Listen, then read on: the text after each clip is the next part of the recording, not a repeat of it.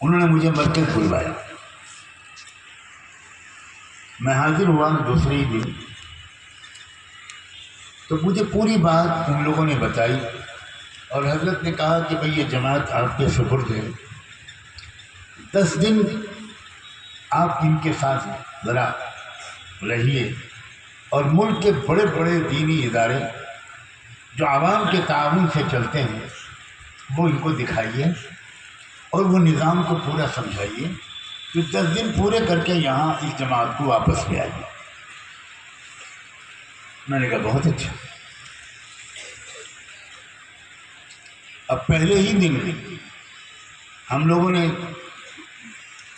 یہ طے کیا کہ دلی کی جامع مسجد میں وقت گزاریں گے اور ان کو جامع مسجد دکھائیں گے، اور لال قلعہ دکھائیں گے، اس لیے کہ جامع مسجد اور لال قلعہ انہی لوگوں کے آباء و اجداد نے بنایا ہے،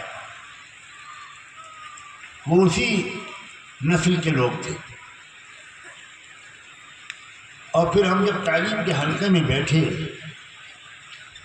اور تعلیم کے حلقے میں پہلے قرآن کا حلقہ لگتا ہے، تو یہ ہوا کہ بھئی اب پہلے سب لوگ چھوٹی چھوٹی صورتیں الم تر کیف سے آخر تک اس کا مذاکرہ کریں۔ اس جماعت میں مفتی اعظم تاشقند وہ بھی تھے، ایک اور عالم تھے ذرا بڑی عمر کے، اور باقی نوجوان بچے تھے 15 16 17 18 سال۔ تو تعلیم کے حلقے میں ہم لوگ جب بیٹھے تو ان بچوں نے جو قرآن کی تلاوت کی، یقین مانیے ایسا لگا جیسے قاری عبد الباسط عبد الصمد تلاوت کر رہے ہیں۔ میں حیران رہ گیا۔ میں نے تو یہ سن رکھا تھا کہ سوویت یونین کے دور میں مسجدوں میں تالا لگ گیا تھا، مسجدوں میں شراب خانے کھول دیے گئے تھے، جوئے کے اڈے کھول دیے گئے تھے، گدھوں اور خچروں کے استبل بنا دیے گئے تھے، کوئی مدرسہ اور مسجد نہیں تھا وہاں کھلا ہوا۔ رات کے 2 بجے فوجی لوگ گھر میں گھستے تھے، اور کسی کے گھر میں قرآن کا ایک سپارہ یا ایک سپارے کا ایک ورق اگر مل جاتا تھا تو اس گھر کے مردوں اور عورتوں کو گرفتار کیا جاتا تھا، بری طرح مارا پیٹا جاتا تھا، اور 10 سال جیل کی سزا سنائی جاتی۔ جب یہ ماحول ان کے ملک میں 70 سال رہا تو ان بچوں کو کیسے قرآن پڑھا دیا؟ ان بچوں نے اتنا اچھا قرآن کیسے پڑھا؟ تو 2-3 بچوں کا قرآن سننے کے بعد میں نے روکا، میں نے کہا کہ بھائی ایک بات بتائیے، ہم نے تو یہ سب سنا تھا آپ کے ملک کے بارے میں، اور یہ بچے ایسا قرآن پڑھ رہے ہیں کہ بس کیا بتائیں، اتنا شاندار قرآن پڑھا کہ روح وجد میں آ جائے۔ اب سنو میں کیا سنانا چاہتا ہوں، میرے سوال کے جواب میں انہوں نے کیا کہا۔ انہوں نے کہا آپ نے بالکل صحیح سنا کہ ہماری حکومت نے ہر مسجد، ہر مدرسے، ہر مکتب پر پابندی لگائی، سینکڑوں علماء کو جیل میں ڈال دیا، مردوں اور عورتوں کو رات میں گھر سے گرفتار کر کے جیل میں ڈال دیا، اور انہوں نے اعلان کر دیا کہ اگر قرآن کا ایک پیج، ایک صفحہ کہیں مل جائے گا تو کسی کو عمر قید ہوگی، کسی کو 10 سال کی سزا ہوگی۔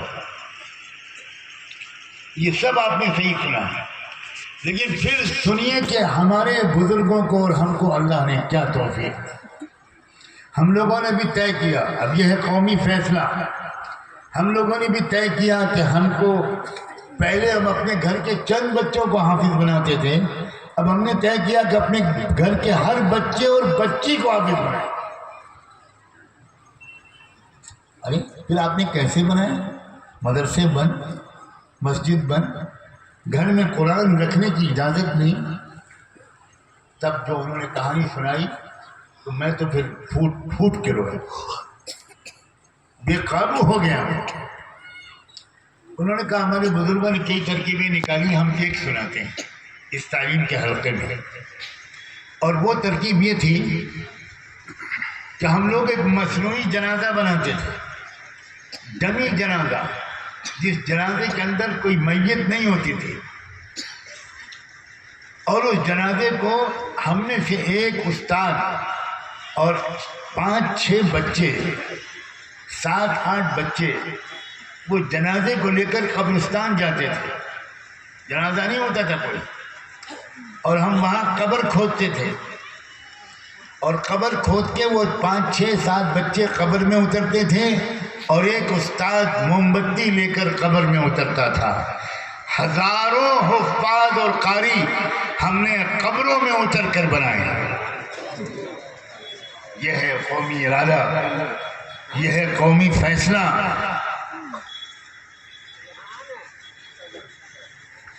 اور دروازے پر ہم ایک آدمی اپنا کھڑا رکھتے تھے جو پہچانا نہ جائے کہ یہ مسلمان ہے یا کوئی اور. جب پولیس کے لوگ یا سی آئی ڈی کے لوگ آتے تھے قبرستان میں جائزے کے لیے، ان کو کچھ بھنک لگ گئی تھی تو ہمیں پہلے سے اطلاع مل جاتی تھی، اور ہم جلدی سے ان بچوں کو اور استاد کو قبر سے نکال کر قبر بند کر کے مٹی ڈالنا شروع کر دیتے تھے. جیسے ابھی ابھی ہم کسی مسجد کی تدفین سے فارغ ہوئے ہیں، اور وہ بیچارے افسران آتے تھے اور وہ ہم سے پوچھتے تھے سب لوگ ٹھیک ہیں، خیریت ہو گیا سب کام، آر یو اوکے؟ ہاں. ہم نے کہا تھینک یو ویری مچ. وہ بیچارے واپس چلے جاتے تھے. پھر ہم قبر کھولتے تھے، پھر مٹی نکالتے تھے، پھر استاد اور بچے اترتے تھے. ان استاد مفتی اعظم تاشقند نے کہا میں نے قبر میں اتر کر حفظ کیا ہے، اور اب تک 300 بچوں کو حافظ اور قاری بنا چکا ہوں. یہ ہوتی ہیں زندہ قومیں، یہ ہوتی ہیں زندہ قوم کے ارادے.